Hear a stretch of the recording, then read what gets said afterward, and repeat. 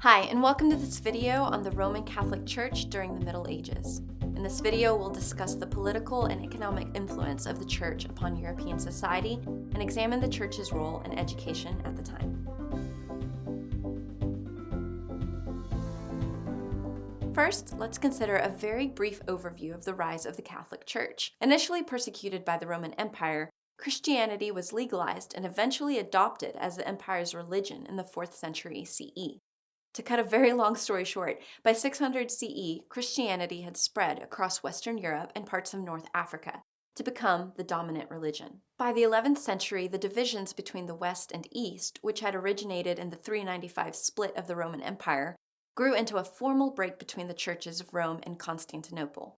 The Great Schism of 1054 saw mutual excommunication between the Pope in Rome and the Patriarch in Constantinople.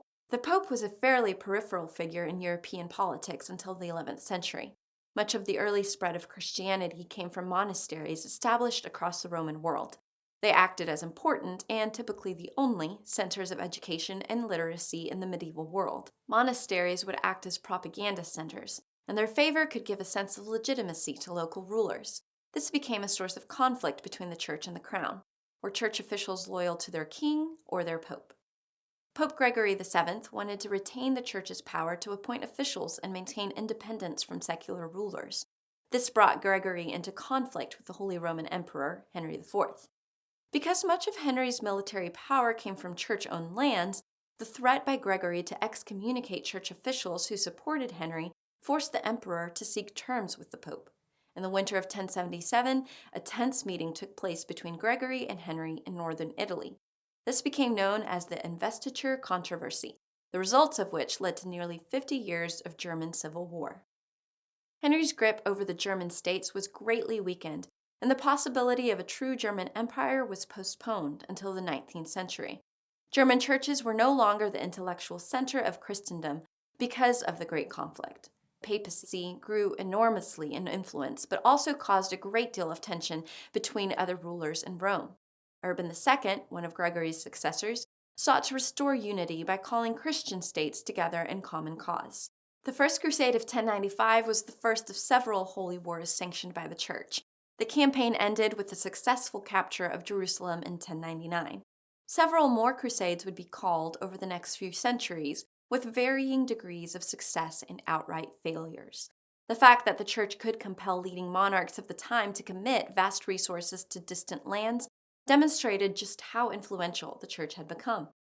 That influence reached its peak by the 13th century, dominating many aspects of medieval society. The poorest not only had to give up 10% of their meager income through tithes, but were also expected to provide free labor to the Church. Further streams of income to the Church came from fees for baptism, which was thought to be required for entry into heaven, and fees for performing marriages. Richer members of society could purchase absolution, not just for sins committed, but for future indulgences as well. On top of that, the churches were not obligated to pay taxes and frequently benefited from land donations from wealthy owners. In fact, as much as a third of the land of medieval Europe was church-owned. The power and influence of the papacy owed a great deal to the individual diplomatic skill of the pope. Just as the prestige of the papacy could be raised by the ability of one pope, it could be reversed by the poor decisions of another. The decision to call a crusade against the Kingdom of Aragon in 1284 for political rather than religious reasons led to a disastrous defeat and damaged relations with the Kingdom of France, the venture's main backers. Pope Boniface VIII inherited a tricky situation upon his election in 1295, which he made worse with some ill-judged moves. When war broke out between France and England over the province of Gascony in 1294, both kingdoms looked to fund their respective war efforts by any means necessary. Boniface issued a proclamation expressly forbidding the taxation of the church in 1296. The incendiary language drew an unexpectedly strong reaction from the French crown and forced Boniface to back down. When Boniface attempted to reassert papal authority in 1302, he drew an even fiercer reaction from the court of King Philip IV. A series of wild accusations were leveled against the Pope, and with news of the Pope's intention to excommunicate Philip, agents loyal to the French king kidnapped Boniface. Though the Pope was soon released, he died on the way back to Rome. In 1309, the papacy moved from Rome to Avignon in southern France, where it would remain until 1376. The popes who followed Boniface were a great deal more compliant towards the Kingdom of France. The election of Urban VI ended the Avignon papacy, but brought about yet another great split in the church. The Western Schism of 1378 saw some cardinals withdraw back to Avignon to declare another pope. Different kingdoms lined up to support one or the other, and the situation became even more farcical with a third true pope emerging in 1410. The matter was largely resolved by 1414, but not without doing a great deal of damage to the image of the church and laying the foundations for the Reformation of the 16th century. To review, in this video we provided an overview of the influence of the Roman Catholic Church during the Middle Ages. We looked at how the church rose in influence following a split with the East in the 11th century and how it dominated the lives of almost everyone in Western Europe. Let's look at a couple of review questions.